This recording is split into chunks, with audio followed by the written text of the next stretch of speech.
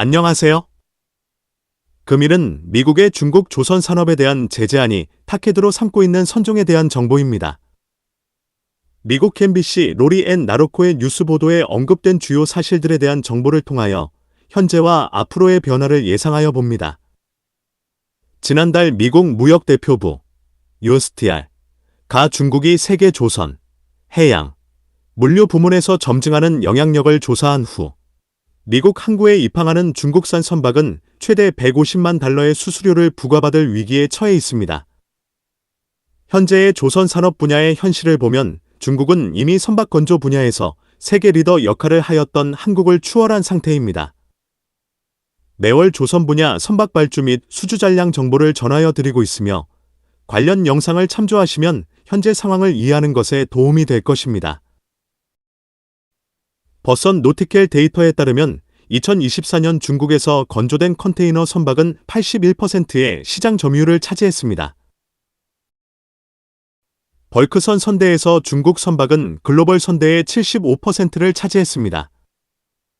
해당 선종은 한국 조선소에서 건조하는 것이 적자이므로 더 이상 건조하지 않는 선박입니다. 2008년 조선 분야 대호황기에는 벌크 선박이 한국 조선소의 주력 수주 선종이었습니다. 지금 중국 조선 산업에서 차지하는 비중이 높은 벌크선을 보면 2008년의 한국과 비교됩니다. 주요 에너지 시장에서도 중국은 입지를 강화하고 있습니다. 중국은 현재 액화석유가스, LPG, 운반선 시장에서 48%의 시장 점유율을 차지하고 있으며 이는 한국의 46%를 앞서고 있습니다. 렌즈 운반선 시장에서만 한국이 62%의 점유율을 차지해 선두를 유지했고 중국은 38%의 점유율을 차지했습니다. 지금의 중국 조선소가 세계 경쟁력을 갖춘 것에 대한 제너터의 수석 선박 분석가인 피터 샌드의 분석입니다. 중국은행과 리스 기관의 매력적인 자금 조달, 생산량의 품질 향상, 첨단 및 대형 선박 건조를 지배해온 한국 조선소에 대한 경쟁력 있는 가격 책정 등이 모두 요인이라고 언급했습니다. 일정 부분 정부의 지원이 조선 산업을 끌어올리는 것에 일조하였다는 의미인 것입니다. 이 부분을 미국 정부는 시장을 교란 행위인 제품의 가격을 낮추어 시장 가격을 교란시키고 특정 국가가 자국 시장을 보호하거나 외국 기업의 경쟁력을 약화시키기 위해 설정하는 정책, 규제, 혹은 관행인 무역 장벽을 세우고 정부의 특정 기업이나 산업에 비정상적으로 높은 보조금을 제공하여 시장 경쟁을 왜곡한다고 인식하고 있는 것입니다. 이것을 뒷받침하는 것으로 바이든 행정부 시절 캐서린 타이 미국 무역대표부 USTR 대표는 1974년 무역법 301항에 따라 중국, 조선업에 대한 불공정 무역 조사를 시작했던 부분입니다.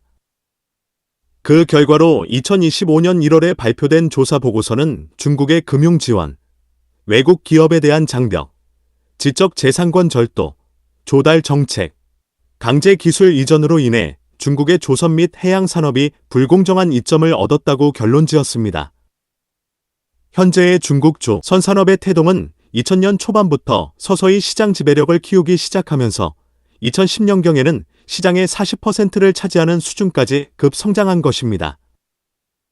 중국 조선소 총 생산량은 2020년 이후에는 시장 점유율 50%를 넘어서고 있는 것입니다. 미국은 중국의 조선 산업에 대한 시장 지배력이 과도하게 높은 것은 경제적, 군사적으로 문제로 인식하고 있는 것입니다.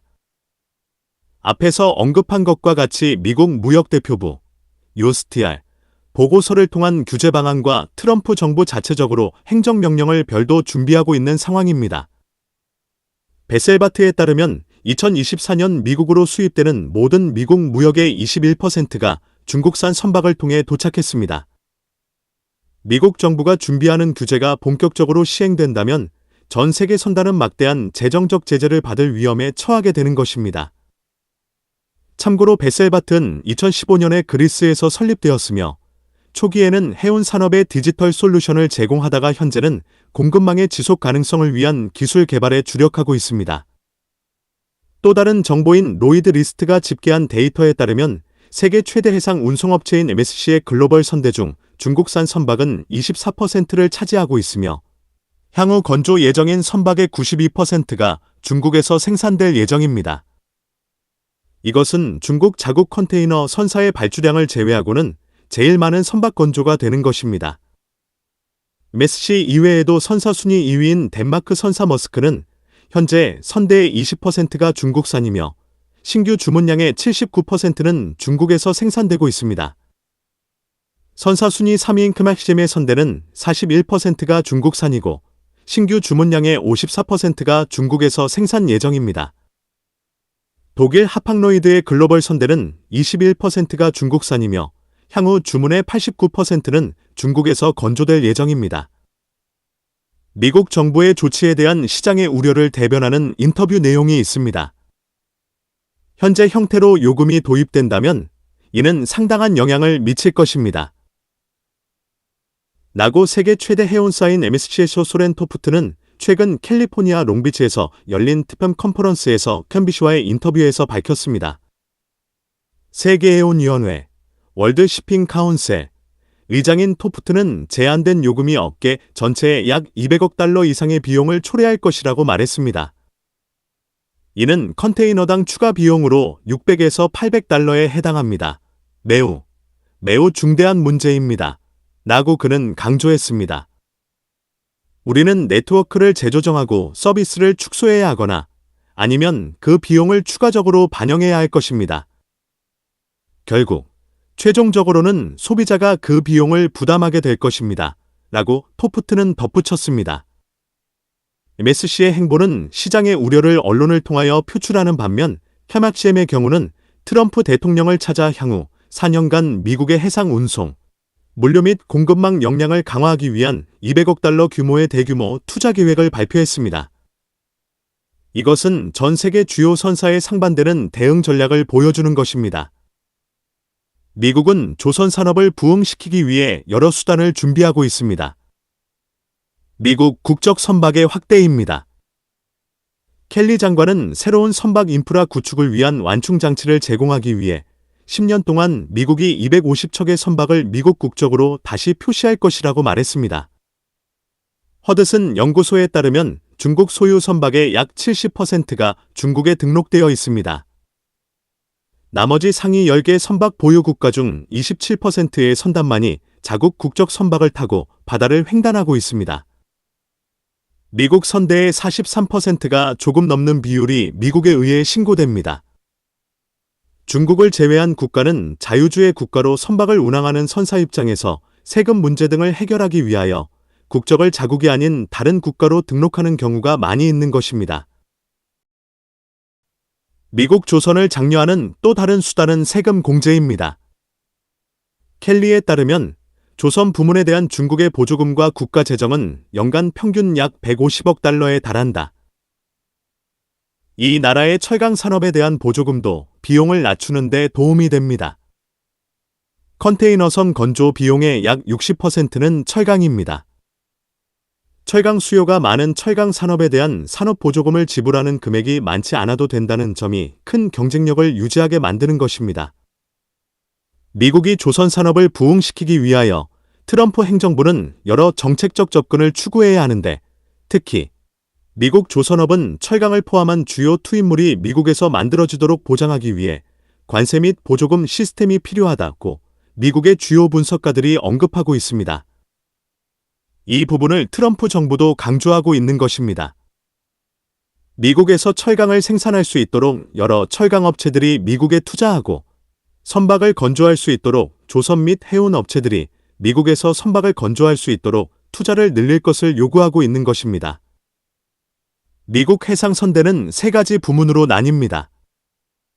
국내 선대, 존즈 액트 선대로 알려짐, 국제선대, 그리고 군사해상수송사령부, MSC입니다.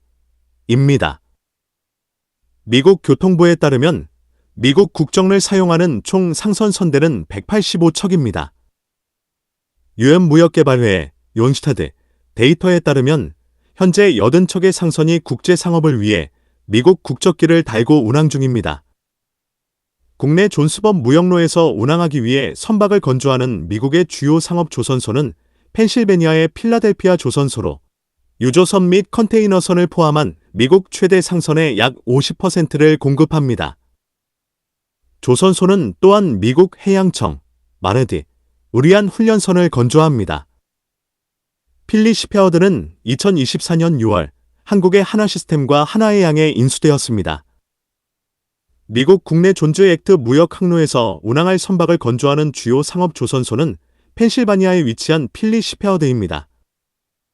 이 조선소는 유조선과 컨테이너선을 포함한 미국 최대 상업 선박의 약 50%를 공급하고 있습니다.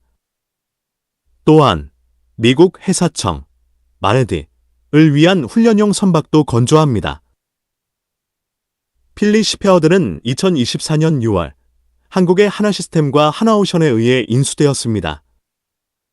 미국 자국에서 상선을 건조할 경우 극복하여야 할 문제는 건조 비용과 선박 운용 비용인 것입니다. 미국 선박은 제작 비용이 더 비쌀 뿐만 아니라 필리핀 선원을 고용한 한국 또는 중국 선박에 비해 운영 비용이 약 2배나 더 많이 듭니다. 운영 비용은 작은 선박의 경우 하루에 약 5,000달러, 대형 선박의 경우 하루에 약 10,000달러에 달합니다. 현실적인 대안은 미국 정부가 세금 공제, 보조금 및 기타 인센티브를 제공하여 자본 투자를 동맹국의 투자 비용과 비교할 수 있도록 하여 국제무역에서 미국산 상선의 건조 비용을 줄여주는 것입니다. 미국의 조선 산업의 부흥을 위해 극복하여야 할 여러 문제가 있으며 이를 극복하기 위한 액션 플랜 마련되고 실행됨에 따라 많은 관련 국가 및 기업체가 영향을 받을 것으로 예상이 됩니다. 관련 국가와 기업체는 전략적인 준비가 필요할 것으로 생각합니다. 선박, 해양 관련 산업 및 기술에 대한 궁금한 점이 있는 분들은 아래의 카페로 방문을 하시면 많은 정보와 도움을 받으실 수 있을 것으로 생각합니다. 감사합니다.